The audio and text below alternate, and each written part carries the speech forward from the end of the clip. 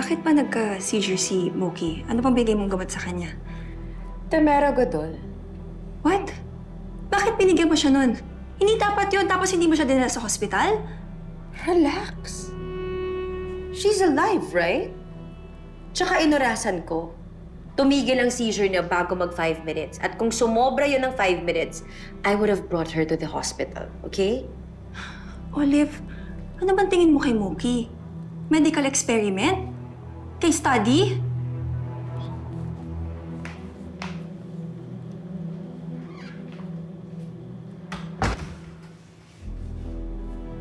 Alam ko ang ginagawa ko sa anak ko. That's the worst part. Alam mo, I think I'm gonna be sick. Nasusuka ako. Drama queen. Oh my God. Olive! How could you just stand there and do nothing? Dapat dinadala na natin si Mookie sa ospital para naman ma-check up siya. Mas alam ko kung anong kailangan ng anak ko. And I'm never bringing her to the hospital. Olive, alam ko malaki ang utang na loob ko sa'yo. Pero sorry, paprangkahin na kita, ha? Tigilan mo na yung delusions mo. Ang totoo niyan, hindi mo alam what's best for Mookie. Stop playing God to her.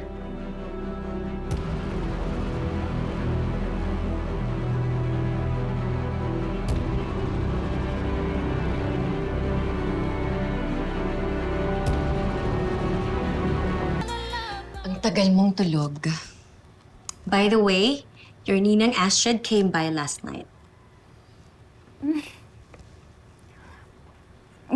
Hindi ko na po alam yun, Mami, kasi sobrang sarap po ng tulog ko eh.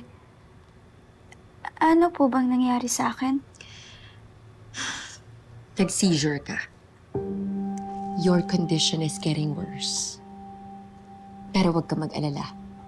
I will take care of you. Mamaya, gusto mong pumunta sa garden to get some fresh air? Sasamahan kita.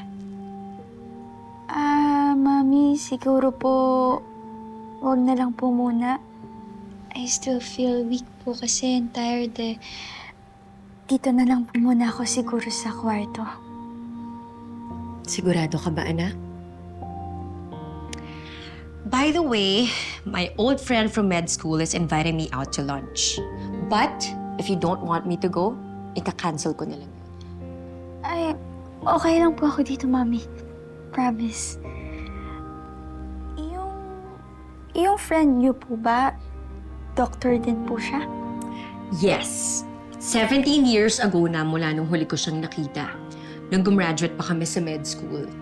Class of 2007. Birth year ko po. Exactly. Pagkatapos ng graduation, nag-board exam ako agad. Buntis ako sa'yo nun. Kaya nga feeling ko, napakaswerte talaga ng pregnancy ko sa'yo. Dahil doon ko nakuha ang medical license ko. Notably, Olive Caparas, who never secured a medical license. Ibig pong sabihin, hindi talaga totoong doktor si Mami.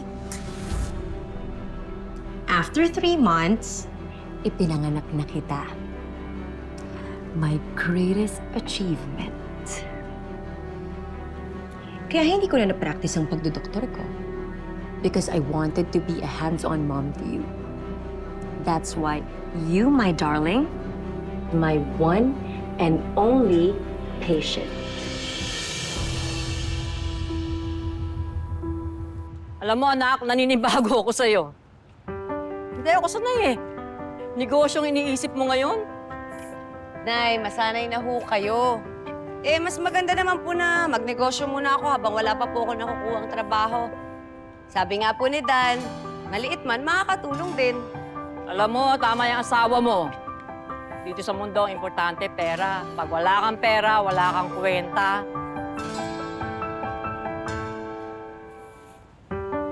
Oo nga po, Nay. Tsaka, ang gusto ko lang naman din po makatulong po sa mga gastusin natin. Tsaka, Nay, malay natin pumatok po tong turon tsaka banana Q. Eh baka hindi ko na kailangan bumalik sa trabaho. Maganda yon. Magiging busy ka, magiging abala ka, hindi mo maiisip yung movie.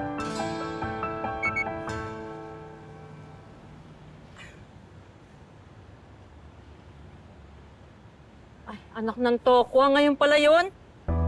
Ngayon pala yung paayuda ni Mayor doon sa may basketball court.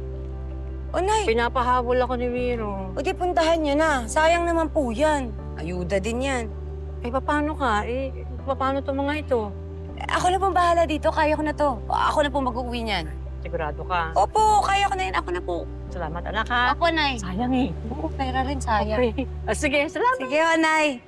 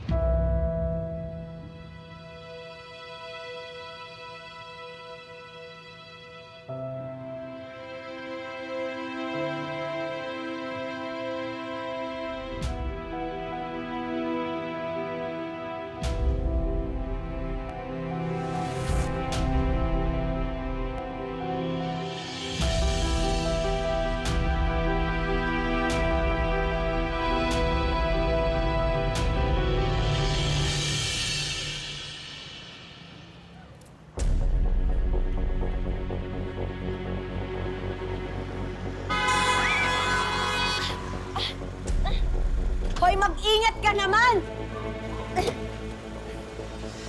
Ikaw na naman?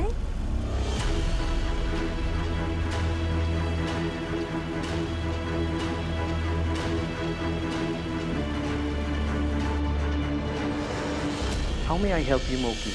Di ba po kayo po yung pedya ko po noon?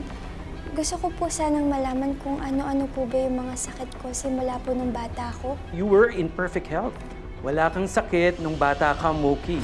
17 years kong inalagaan at pinalaki si Mookie. And here you are, coming into our life para sirain ang pagsasama namin ng anak ko.